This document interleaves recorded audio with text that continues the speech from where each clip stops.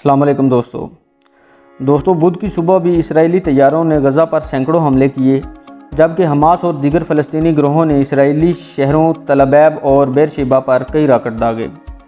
Israel और Hamas के दरमियान कशीदगी में इजाफे के बाद दोनों जानब से होने वाले फ़िज़ाई हमलों में अब तक 43 फ़लस्तीनी और 6 इसराइलियों के हलाक होने की तस्दीक हो चुकी है।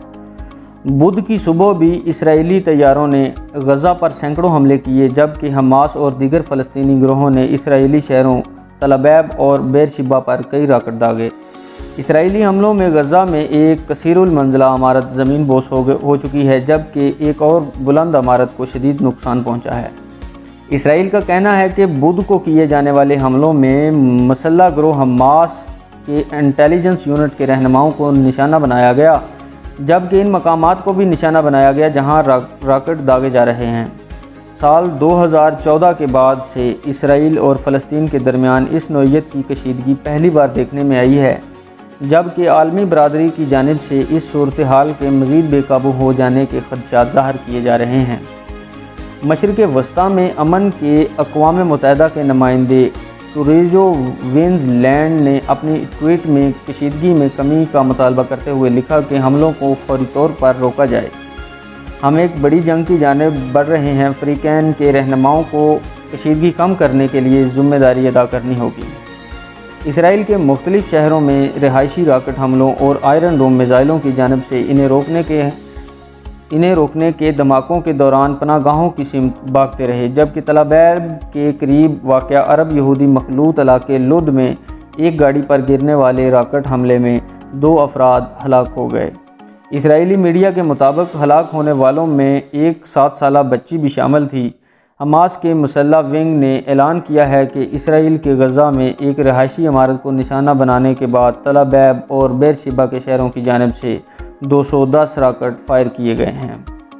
दूसरी जानब मकबूजा मगरबी किनारे में भी तशद्दुद की लहर फूट पड़ी, जब हेब्रोन शहर के करीब एक मुजाहरे के दौरान एक 26 साला फ़लस्तीनी इसराइली फायरिंग से हलाक हो गया। ताहाल इस तशद्दुद में कोई कमी की उम्मीद नज़र नहीं आती। इसराइली वज़ीर-ए-आज़म बिन्यामिन नेतन्याहू ने तनबीह की है कि रॉकेट हमले करने वाले अक्सरियत पसंदों को भारी कीमत चुकाना होगी।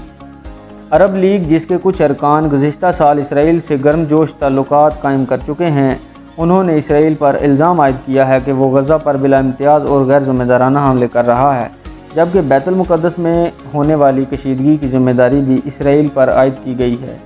पाकिस्तान के वज़ीर-ए-आज़म इमरान खान ने फ़लस्तीनियों के साथ यकजहती का पैगाम दिया है। हमास ने अपने रॉकेट हमलों को बैतुल मुक़द्दस की तलवार का नाम दिया है।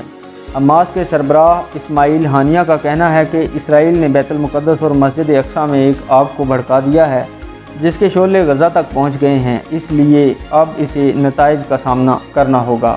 इस्माइल हानिया के मुताबिक कतर, मिस्र और अक़वाम मुत्तहिदा कशीदगी में कमी के लिए राब्ते कर रहे हैं, लेकिन हमास का इसराइल के लिए पैगाम है कि अगर वो कशीदगी में इजाफ़ा चाहते हैं तो हम तैयार हैं, अगर वो रुकना चाहते हैं तो हम इसके लिए भी तैयार हैं।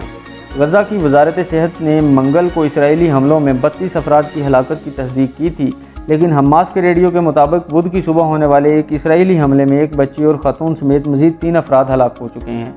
वज़ारत सेहत के मुताबिक हलाक होने वालों में 10 बच्ची और एक खातून शामिल हैं, जबकि इसराइली फ़ौज और सियासी रहनुमाओं ने हमास से ताल्लुक़ रखने वाले दर्जनों अक्सरियत पसंदों को निशाना बनाने का दावा किया है। इसराइली वज़ीर दिफ़ा बेनी गांटर का कहना है कि इसराइल ने सैकड़ों हमले किए हैं और गज़ा में इमारतें गिरती रहेंगी।